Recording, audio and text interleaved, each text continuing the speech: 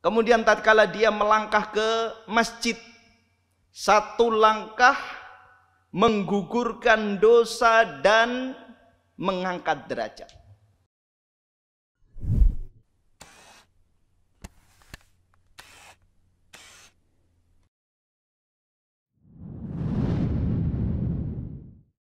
Assalamualaikum warahmatullahi wabarakatuh.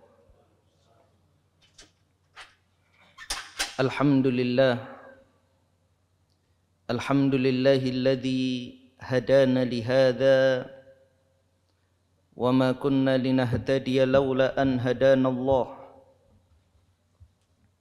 Wa asyhadu an la ilaha illallah wahdahu la syarika lah.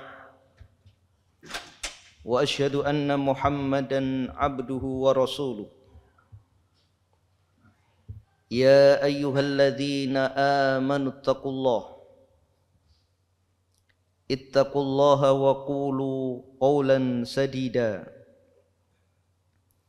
yuslih lakum a'malakum wa yaghfir lakum dhunubakum wa man yuti'illaha wa rasulahu faqad faza fawzan 'azima. Amma ba'd.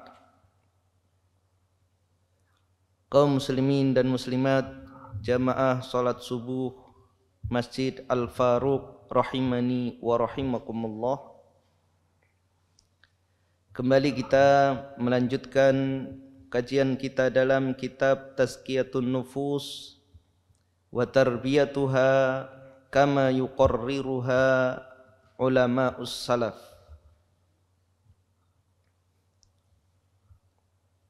Pada pertemuan yang lalu kita telah sampaikan macam-macam jiwa. Yang pertama adalah an-nafsul mutmainnah, jiwa yang tenang. Yang kedua adalah an-nafsul lawwamah, jiwa yang mencela. Dan yang ketiga adalah an-nafsul al-ammaratu bisu, jiwa yang senantiasa memerintahkan kepada keburukan.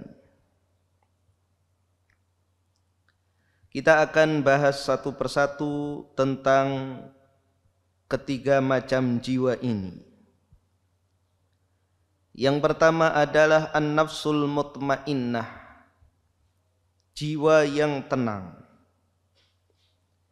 Idza sakanatin nafsu ilallahi azza wa jalla watma'annat bidzikrihi,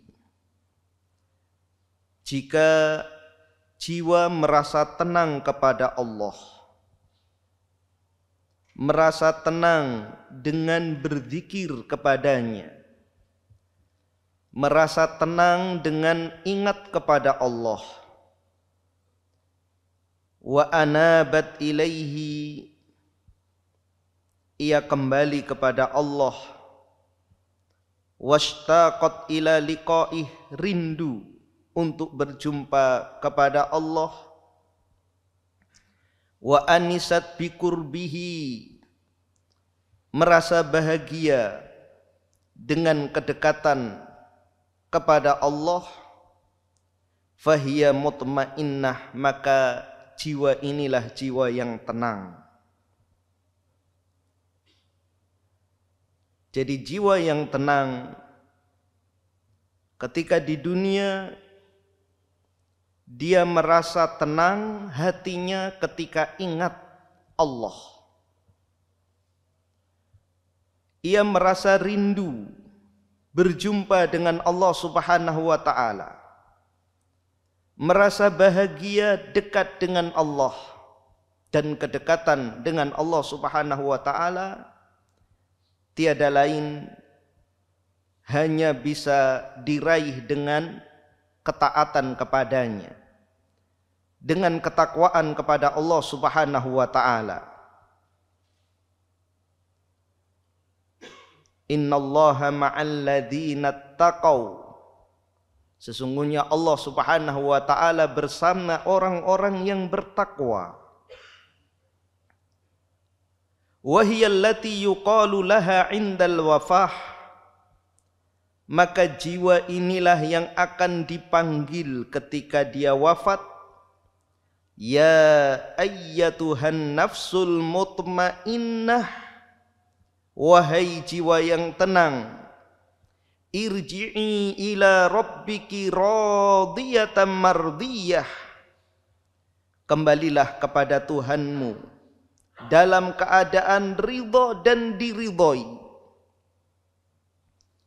Maka jiwa yang tenang di dunia akan mendapatkan ketenangan ketika wafat, mendapatkan ketenangan di alam kubur, dan mendapatkan ketenangan di alam akhirat, di surga Allah Subhanahu wa ta'ala.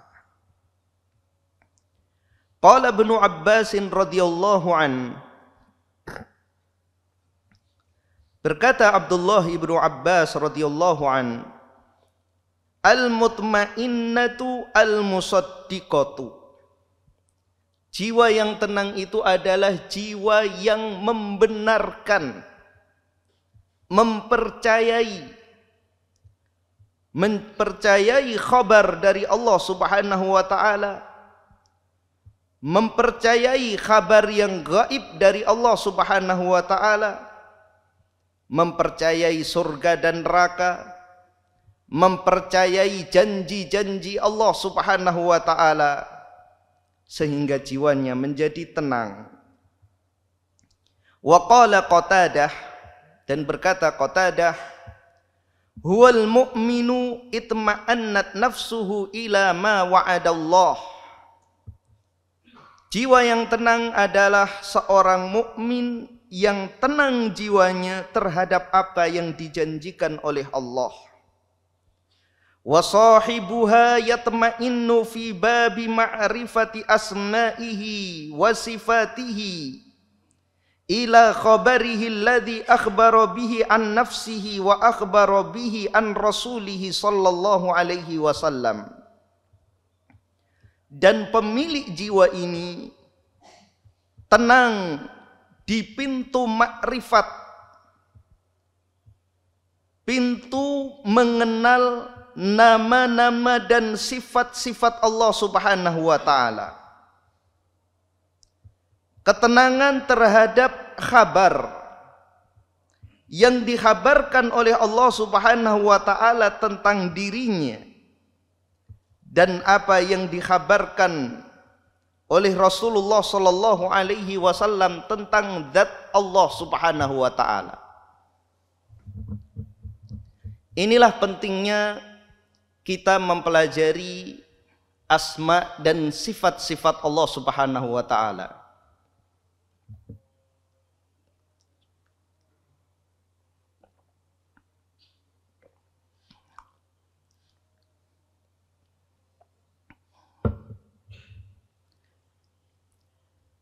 Mengenal nama-nama Allah Subhanahu wa ta'ala dan sifat-sifatnya memberikan pengaruh keimanan dan ketakwaan yang luar biasa. Maka mempelajari nama-nama dan sifat-sifat Allah Subhanahu wa ta'ala dengan benar akan menjadikan seseorang menjadi tenang, jauh dari keraguan. Sebaliknya, ketika seorang mempelajari nama-nama dan sifat-sifat Allah dengan cara yang keliru, dengan cara yang salah, maka jiwanya tidak akan tenang. Mempelajari nama-nama dan sifat-sifat Allah Subhanahu wa ta'ala bukan perkara yang sulit. Ia adalah perkara yang mudah. Ad-dinu yusrun, agama itu mudah. Allah Subhanahu wa ta'ala turunkan agama ini untuk diimani oleh seluruh manusia. Bukan hanya kalangan tertentu, kelompok tertentu. bukan hanya pada orang-orang yang jenius saja, bukan hanya kalangan terpelajar saja, bukan hanya untuk profesor saja, tidak.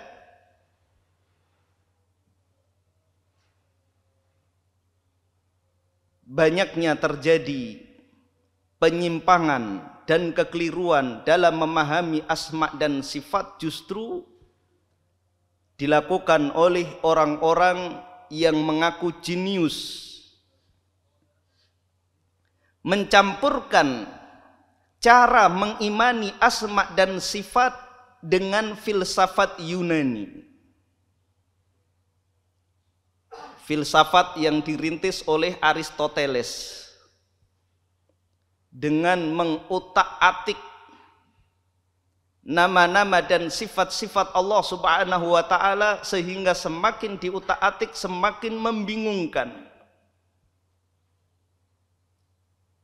Bagaimana kita mengimani asma dan sifat-sifat Allah Subhanahu wa ta'ala yang bisa meningkatkan keimanan dan ketakwaan kita kepada Allah Subhanahu wa ta'ala, yang mana buah dari keimanan kita terhadap nama-nama dan sifat-sifat Allah Subhanahu wa ta'ala tersebut adalah amal. Kita semakin mengagungkan Allah, kita semakin cinta kepada Allah, kita semakin bertakwa kepada Allah, semakin muraqabah, merasa diawasi oleh Allah Subhanahu wa ta'ala. Allah Subhanahu wa ta'ala berfirman, walillahil asma'ul husna fad'uuhu biha wadarul ladzina yulhiduna fi asma'ih sayujzauna ma kanu yaf'alun. Dan Allah Subhanahu wa ta'ala memiliki asma'ul husna, nama-nama yang maha indah. Serulah Allah Subhanahu wa ta'ala, panggillah Allah Subhanahu wa ta'ala dengan nama-nama tersebut, dan tinggalkanlah, biarkanlah orang-orang yang menyimpangkan nama-nama Allah Subhanahu wa ta'ala, menyeleweng dalam keimanan kepada nama-nama Allah. Mereka akan diberi balasan atas apa yang mereka perbuat. Cara mengimani nama-nama dan sifat-sifat Allah Subhanahu wa ta'ala adalah itsbatu ma atsbatallahu ta'ala li nafsihi fi kitabihi wa atsbata lahu rasuluhu sallallahu alaihi wasallam. Kita menetapkan nama-nama dan sifat-sifat Allah Subhanahu wa ta'ala dengan apa yang telah Allah tetapkan di dalam Al-Quran, dan apa yang telah ditetapkan oleh Nabi Sallallahu Alaihi Wasallam di dalam hadis-hadisnya. Cukup seperti itu. Adapun orang-orang yang menggunakan akalnya, mereka mengutak-atik, kalau dianggap cocok, masuk akal, maka ditetapkan sifat-sifat tersebut bagi Allah. Kalau menurut mereka tidak masuk akal, maka ditolak. Alasan mereka menolak adalah untuk mengagungkan Allah. Allah itu maha suci. Kalau kita tetapkan sifat ini, berarti kita menyamakan Allah dengan makhluk. Padahal Allah Subhanahu wa ta'ala berfirman, laisa kamitslihi syai'un. Tidak ada yang serupa dengan Allah Subhanahu wa ta'ala. Maka kalau kita menetapkan sifat-sifat ini berarti kita menyamakan Allah Subhanahu wa taala dengan makhluk. Jadi karena memaksakan akal mereka dalam pengagungan kepada Allah, dalam mensucikan Allah, sehingga akal mereka pun tidak mampu. Maka cara menetapkan nama-nama dan sifat-sifat Allah sebagaimana apa yang telah dilalui oleh generasi pertama ini, generasi para sahabat dan para tabi'in, para imam-imam yang mulia, para ulama, yaitu cukuplah kita menetapkan apa yang ditetapkan oleh Allah dan apa yang ditetapkan oleh Rasulullah sallallahu alaihi wasallam. Tidak memaksakan diri untuk menetapkan sesuatu yang tidak ditetapkan oleh Allah dan Rasulnya, dan tidak memaksa diri kita untuk menghilangkan sesuatu yang telah ditetapkan oleh Allah dan Rasulnya. Meskipun mungkin sebagian akal kita belum bisa menerima karena keterbatasan kemampuan kita. Tapi dengan mempercayai apa yang dikhabarkan oleh Allah dan Rasulnya, itu sudah cukup. Itu yang pertama, yaitu menetapkan apa yang ditetapkan oleh Allah dan Rasulnya. Kemudian dalam kaidah asma, kaidah nama-nama Allah Subhanahu wa taala, bahwa setiap nama bagi Allah Subhanahu wa taala itu mengandung sifat yang sesuai dengan kebesaran Allah Subhanahu wa taala.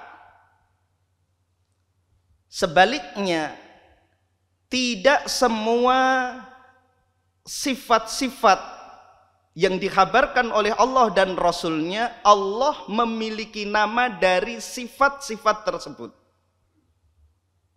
Saya ulangi, setiap nama yang dikhabarkan oleh Allah Subhanahu wa taala pasti mengandung sifat.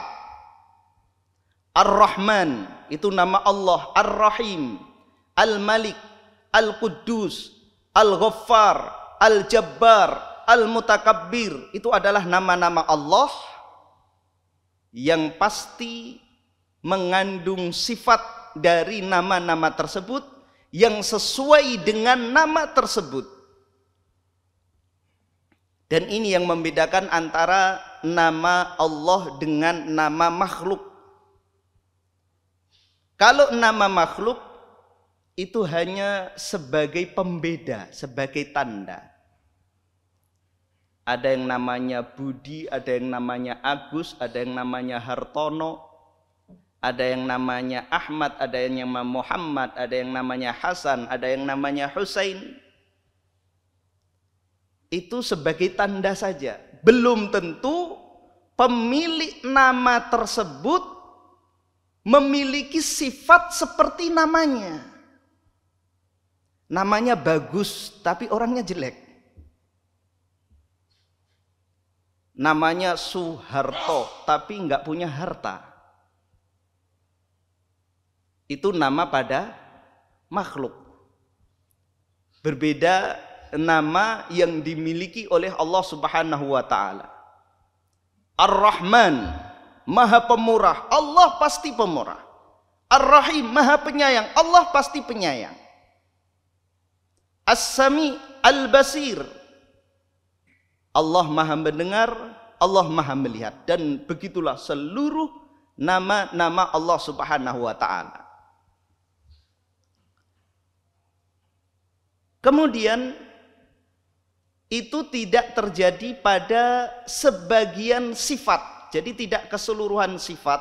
Allah Subhanahu wa taala menyebutkan sifat-sifatnya. Di antara sifat-sifat tersebut, Allah tidak memiliki nama dari sifat-sifat tersebut. sifat-sifat yang tidak terkandung pada nama-namanya. Karena apa? Kaidah seluruh nama Allah asmaullahi kulluha husna. Setiap nama yang dimiliki oleh Allah Subhanahu wa taala itu adalah baik. Tidak bisa dipahami bahwa nama tersebut memiliki arti buruk dari segala sisi. Pemurah, penyayang, maha pengampun, maha pemberi rezeki, dan seterusnya. Itu semuanya adalah berkonotasi baik. Adapun pada sebagian sifat-sifat Allah Subhanahu wa taala, ada sifat, ada kata, terkadang bisa dimaknai, bisa dipahami bahwa dia berarti baik, dan terkadang bisa dipahami sifat tersebut adalah sifat yang buruk. Contohnya apa? Al-ghadab, marah.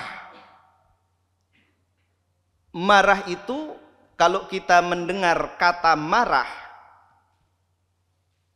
itu pada satu sisi bisa baik, bisa buruk. Karena dia memiliki dua arti dipahami. Terkadang baik, terkadang buruk, maka Allah tidak memiliki nama tersebut, namun memiliki sifat tersebut. Allah tidak memiliki nama Al-Ghadib, marah, atau Al-Ghadab, pemarah, tidak. Begitu juga Al-Makr, Al-Kaid, makar, tipu daya. Makar atau tipu daya, kita tidak bisa langsung memahami bahwa makar itu baik atau makar itu buruk. Tergantung sebagaimana amarah. Dan sifat-sifat ini ditetapkan oleh Allah dan Rasul-Nya. Allah Subhanahu wa taala berfirman, wa yamkuruna wa yamkurullah wallahu khairul makirin, wa makaru wa makarallahu wallahu khairul makirin. Mereka, orang-orang kafir, orang-orang munafik, melakukan tipu daya, dan aku melakukan tipu daya, aku melakukan makar. Allah Subhanahu wa taala melakukan makar, dan Allah Subhanahu wa taala sebaik-baik yang membuat makar.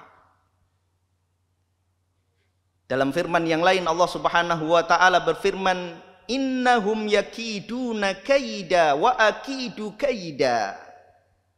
Mereka melakukan tipu daya dan aku melakukan tipu daya. Jadi makar Allah Subhanahu wa taala itu Allah lakukan sebagai balasan terhadap orang-orang yang melakukan makar. Sebagaimana juga amarah Allah Subhanahu wa taala itu terjadi karena ulah perbuatan dosa dan maksiat makhluk. Tidak semata-mata Allah marah. Tidak mungkin Allah Subhanahu wa taala memurkai orang yang tunduk kepada Allah, taat kepada Allah Subhanahu wa taala. Orang yang sedang sholat dimarahi oleh Allah Subhanahu wa taala, tidak. Karena amal perbuatannya. Kalau pada makhluk gak ada apa-apa marah, itu mungkin terjadi. Dia memang pemarah. Tidak ada yang melakukan makar kepada dirinya, dia melakukan makar, itu terjadi. Namun makar dan amarah Allah Subhanahu wa taala itu ada sebabnya. Justru kalau Allah Subhanahu wa ta'ala membiarkan orang-orang yang melakukan makar, melakukan tipu daya, membiarkan orang yang melakukan kezaliman, dibiarkan saja oleh Allah Subhanahu wa ta'ala, maka di situ tidak tampak kemahakuasaan Allah Subhanahu wa ta'ala. Justru semakin tampak kuasa Allah Subhanahu wa ta'ala tatkala Allah Subhanahu wa ta'ala memberikan balasan kepada mereka. Meskipun demikian, rahmat Allah, kasih sayang Allah Subhanahu wa ta'ala itu mengalahkan amarahnya. Sebagaimana disebutkan di dalam hadis qudsi, inna rahmati sabaqat ghadabi. Sesungguhnya rahmatku itu mendahului amarahku, kata Allah. Rahmat Allah Subhanahu wa ta'ala jauh lebih besar daripada murka Allah Subhanahu wa ta'ala. Dengan beberapa bukti. Yang pertama, sebesar apapun kesalahan seseorang, sebesar apapun dosa dan maksiat yang dilakukan oleh seorang hamba, ketika dia bertobat kepada Allah, langsung Allah ampuni tanpa syarat. Syaratnya ya tobat saja. Menyesali perbuatannya, berjanji tidak akan mengulangi lagi, dan selama nyawa belum sampai ke kerongkongan dan sebelum matahari terbit dari arah barat. Berbeda dengan makhluk, kalau kita mendapati seorang banyak berbuat salah kepada kita kemudian minta maaf, kita tidak langsung percaya. Mungkin lisan kita memaafkan, tapi kita belum lapang dada. Itu bukti yang pertama bahwa rahmat Allah Subhanahu wa ta'ala jauh lebih besar daripada amarahnya. Yang kedua, apabila seseorang melakukan ketaatan kepada Allah, melakukan amal soleh, Allah lipat gandakan pahalanya minimal 10 kali lipat. Perbuatan baik apapun, Allah Subhanahu wa ta'ala beri pahala 10 kali lipat. Dan banyak dosa-dosa dan maksiat yang digugurkan oleh Allah Subhanahu wa ta'ala dengan amalan tersebut. Dalam ayat-ayat dan hadis-hadis fadailul a'mal, fadilah-fadilah amal, kita akan jumpai amalan-amalan yang sangat sederhana namun mampu mengangkat derajat kita ke derajat yang tinggi dan menghapus dosa-dosa kita. Seperti amalan yang kita kerjakan sehari-hari, berwudu. Disebutkan oleh Nabi SAW, ketika seorang hamba membasuh wajahnya, maka akan berguguran dosa-dosa yang diperbuat oleh wajahnya. Ketika dia membasuh kedua tangannya, maka keluar dosa-dosa yang dilakukan oleh kedua tangannya. Begitu juga tatkala dia membasuh kakinya, keluar dosa-dosa yang dengan kakinya itu dia melangkah kepada dosa dan maksiat. Sehingga selesai wudu, dia keluar dalam keadaan suci. Kemudian tatkala dia melangkah ke masjid, satu langkah menggugurkan dosa dan mengangkat derajat. Semakin banyak langkah kaki kita ke masjid, maka semakin tinggi derajat yang kelak akan kita raih di sisi Allah Subhanahu wa ta'ala, dan semakin banyak dosa-dosa berguguran. Dan masih banyak lagi amal-amal perbuatan yang kelihatannya sederhana dan ringan, namun memiliki keutamaan yang luar biasa di sisi Allah Subhanahu wa ta'ala. Kemudian Allah Subhanahu wa ta'ala menjadikan banyak sebab untuk digugurkannya dosa-dosa yang kita lakukan. Di antaranya amal-amal ibadah yang di antaranya kita sebutkan tadi. Kemudian juga musibah. Yang menimpa kita itu akan menggugurkan dosa dan maksiat yang kita lakukan yang mungkin belum kita sempat tobat dari dosa tersebut. Bahkan Allah Subhanahu wa taala menjadikan sarana orang-orang di sekitar kita, menjadikan penyebab diampuninya dosa-dosa kita, yaitu dengan doa-doa mereka, terutama doa anak-anak kita, doa anak-anak yang saleh. Ketika di alam kubur atau alam barzakh, seseorang membawa banyak dosa dan dia meninggalkan anak-anak yang saleh, meninggalkan sahabat-sahabat yang saleh, mereka semuanya mendoakan kepada orang tersebut. Maka azabnya diringankan oleh Allah Subhanahu wa taala. Terus anak-anaknya tersebut mendoakan untuk orang tuanya. Maka setiap hari azabnya diperingan oleh Allah Subhanahu wa taala. Azab yang dia rasakan hari ini lebih ringan daripada awal dia masuk ke alam kubur. Terus didoakan sampai terhenti azab tersebut. Terus didoakan bertambah nikmat. Terus didoakan bertambah lagi nikmat. Jadi yang awalnya pertama kali dia masuk ke alam barzakh, ke alam kubur, dia mendapatkan azab, tapi karena doa orang lain, terutama anak-anaknya, yang tadinya dia mendapatkan azab justru mendapatkan nikmat. Bahkan disebutkan di dalam hadis yang sahih, kelak di akhirat dia pun tercengang, kagum, heran dengan nikmat yang diberikan oleh Allah, dengan derajat yang tinggi yang dia rasakan di surga. Dia ditempatkan di derajat yang tinggi, padahal dia merasa ketika di dunia biasa-biasa saja. Maka dia pun bertanya, anna li hadza, amal apa yang menjadikanku seperti ini? Apa sebab aku pantas mendapatkan nikmat ini?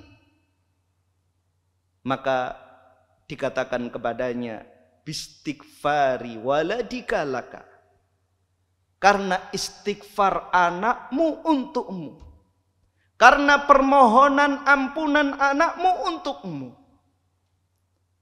Maka harta yang paling berharga adalah anak yang saleh.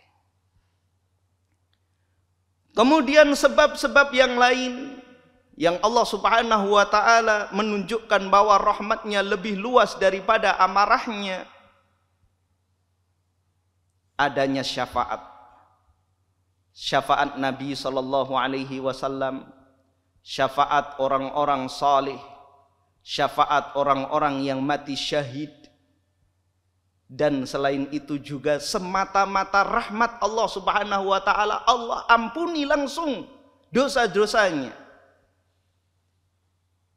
Sebagaimana disebutkan di dalam hadis qudsi, Allah Subhanahu wa taala berfirman, ya bna Adam, lau ataitani biqurabil ardi khotoya, thumma laqitani la tusyriku bi syai'a, la ataituka biqurabiha magfiratan.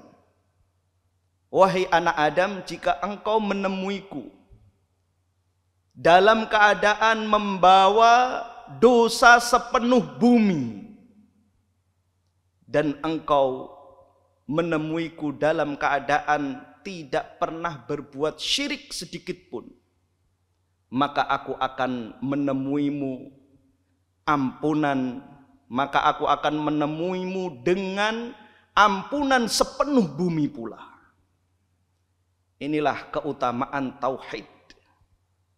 Ketika seorang mentauhidkan Allah Subhanahu wa taala dan tidak pernah berbuat syirik sedikit pun, sekecil pun, maka dosa-dosanya dijamin oleh Allah Subhanahu wa taala akan diampuni. Innallaha la yaghfiru an yushraka bihi wa yaghfiru ma duna dzalika liman yasha.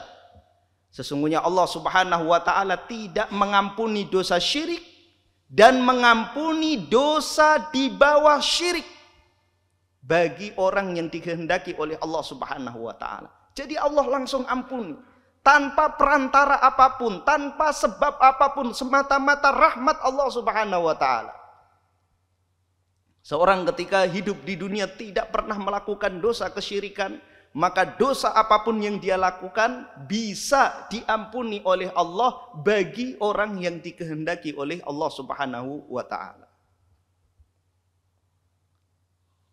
Kemudian nama-nama Allah sebagaimana tadi kita sampaikan bahwa setiap nama yang dimiliki oleh Allah Subhanahu wa taala itu mengandung sifat. Maka dengan mengenal sifat-sifat Allah Subhanahu wa taala itulah yang akan menumbuhkan ketakwaan kita kepada Allah, kecintaan kita kepada Allah, harapan kita pada pahala di sisi Allah, dan rasa takut kita kepada Allah Subhanahu wa taala. Baik pada sifat yang diambil dari nama maupun sifat-sifat yang disebutkan oleh Allah Subhanahu wa taala. Seperti rahmat Allah Subhanahu wa taala, ketika kita mengenal Allah Subhanahu wa taala, rahmatnya maha luas, maka jelas itu akan meningkatkan roja, harapan kita pada karunia Allah Subhanahu wa taala, pahala di sisi Allah dan ampunan Allah Subhanahu wa taala. Begitu juga ketika kita mengenal sifat Allah Subhanahu wa taala seperti makar, amarah, kait, dan tipu daya, maka kita akan berhati-hati. Apa itu makar?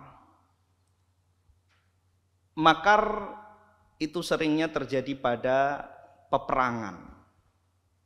Musuh ingin mencelakai lawannya dengan cara yang samar atau bahkan tidak terlihat. Dan itulah yang dilakukan oleh orang-orang munafik. Mereka berusaha menipu orang-orang beriman, berusaha menipu Allah Subhanahu wa taala dengan cara menampakkan keimanan dan menyembunyikan kekufuran.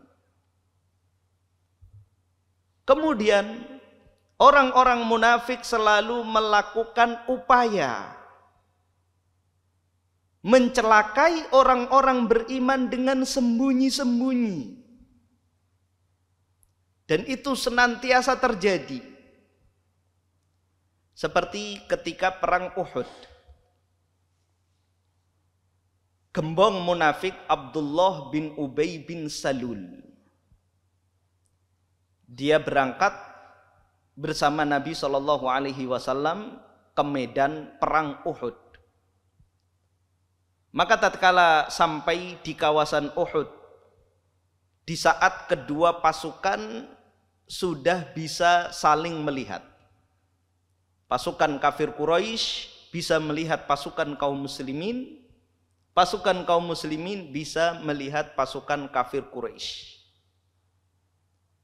Yang mana saat itu pasukan kafir Quraisy sebanyak 3.000 pasukan dan pasukan kaum muslimin sebanyak 1.000. Di saat seperti itulah Abdullah bin Ubay bin Salul membawa pulang pengikutnya kembali ke Madinah sebanyak 300 pasukan yang mereka semuanya adalah orang-orang munafik. Kenapa itu dia lakukan?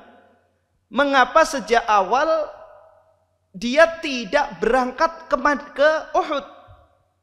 Kalau memang tidak mau berperang, dan jelas orang-orang munafik tidak mau berperang, tidak mau mereka rugi. Kenapa tidak sejak awal? Sejak awal langsung membangkang kepada Nabi Shallallahu Alaihi Wasallam, tidak mau berangkat ke Uhud. Kenapa melakukan pembangkangan justru di saat kedua pasukan telah melihat? Dua tujuannya. Yang pertama adalah untuk menyemangati orang-orang kafir Quraisy. Orang-orang kafir Quraisy bisa melihat bahwa terjadi perpecahan di pasukan kaum muslimin.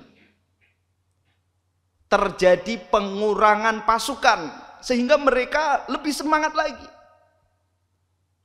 Jumlah yang pertama saja sudah tidak seimbang, 1000 lawan 3000 dikurangi 300, 700 lawan 3000. Jelas perselisihan ini akan menambah semangat musuh. Kemudian tujuan yang kedua, memperlemah semangat kaum muslimin agar mereka down. Dan benar, sebagian kaum muslimin goncang tatkala terjadi pengurangan besar-besaran. Sepertiga pasukan kembali ke Madinah. Yang dilakukan oleh orang-orang munafik berupa menampakkan keimanan, menyembunyikan kekufuran, melakukan tipu daya terhadap orang-orang beriman. Mereka merasa dengan perbuatan itu menguntungkan mereka. Namun Allah Subhanahu wa ta'ala justru sedang menipu mereka dengan perbuatan mereka. Mereka ingin menipu, justru mereka yang tertipu. Hikmah dari mereka membelot tersebut justru semakin tampak di hadapan orang-orang beriman siapa yang dusta, siapa yang palsu dalam keimanannya. Justru semakin tampak. Berbeda tatkala mereka tidak berangkat dari Madinah menuju Uhud bisa beralasan, keluarga saya sedang sakit, istri saya sedang sakit, saya ada urusan yang tidak bisa ditinggalkan. Bisa mengungkapkan alasan-alasan yang bisa jadi kaum muslimin tidak bisa mendustakan dan tidak bisa membenarkan. Sebagaimana juga di antara para sahabat ada yang tidak ikut berjihad karena memang benar-benar ada alasan, seperti Utsman bin Affan, istrinya sakit. Orang-orang munafik bisa melakukan itu di saat mereka di Madinah. Tapi justru tatkala mereka melakukan tipu daya seperti itu, semakin jelaslah di hadapan orang-orang beriman bahwa mereka ini palsu. Sehingga pada jihad-jihad setelahnya Nabi Shallallahu Alaihi Wasallam sudah memiliki sikap. Karena setelah terjadi perang Uhud, Nabi kembali ke Madinah. Nabi Shallallahu Alaihi Wasallam melakukan pengejaran terhadap pasukan kafir Quraisy yang kembali ke Mekah. Perang Uhud, meskipun banyak kerugian yang dialami oleh kaum muslimin,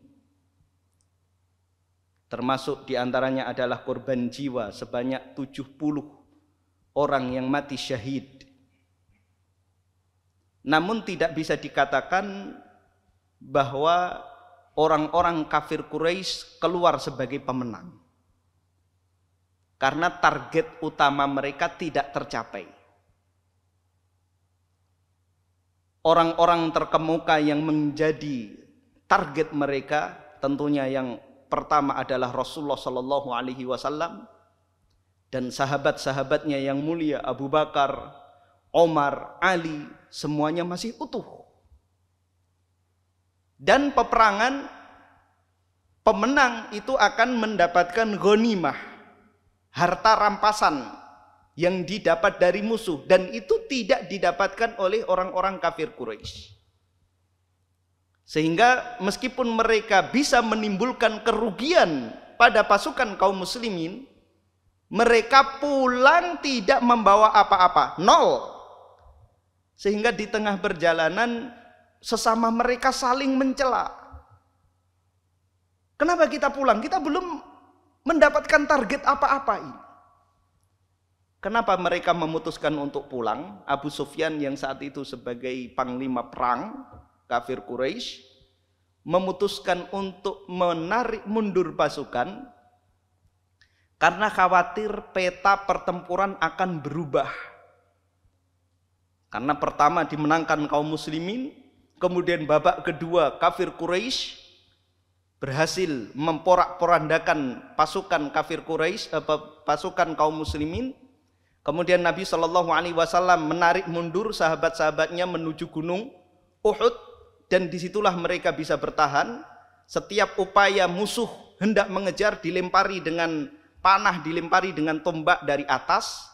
Saat itulah Abu Sufyan berpikir, nanti kalau berubah kaum muslimin bisa menguasai medan pertempuran, maka mereka akan malu.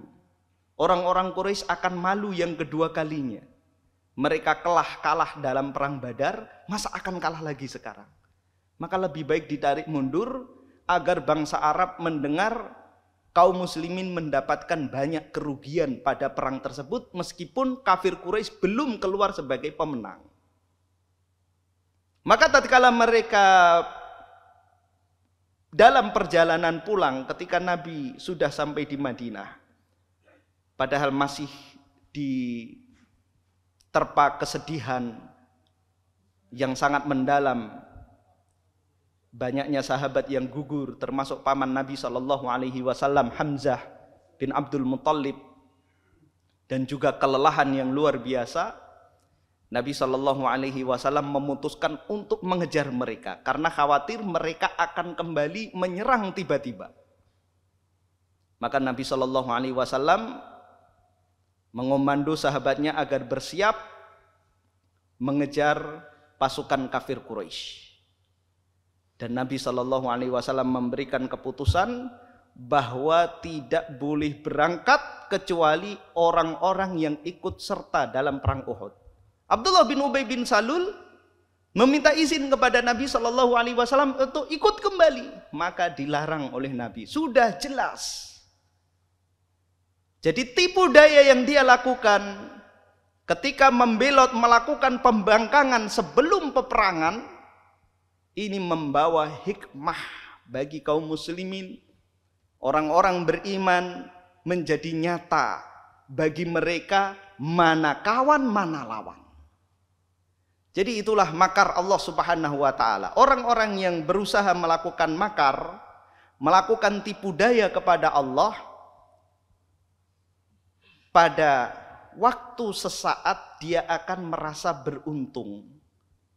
Namun ketahuilah bahwa di saat seseorang merasa bisa menipu Allah, saat itulah dia tertipu oleh amal perbuatannya. Dia ditipu oleh Allah Subhanahu wa taala. Maka jangan coba-coba untuk menipu Allah dan orang-orang beriman. Jangan coba-coba membuat makar kepada Allah dan orang-orang beriman. Kalau kita melakukannya, saat itulah kita akan terperdaya, akan tertipu oleh amal perbuatan kita. Wallahu ta'ala a'lam bishawab. InsyaAllah kita akan lanjutkan pada pertemuan yang akan datang. Kita tutup dengan doa kafaratul majlis. Subhanakallahumma bihamdika asyhadu an la ilaha illa anta astaghfiruka wa atubu ilaik. Assalamualaikum warahmatullahi wabarakatuh. Terima kasih. Jazakumullah khairan wa barakallahu fikum. Video ini dibuat atas partisipasi dari donasi Anda. Semoga menjadi amal jariah bagi Anda semuanya.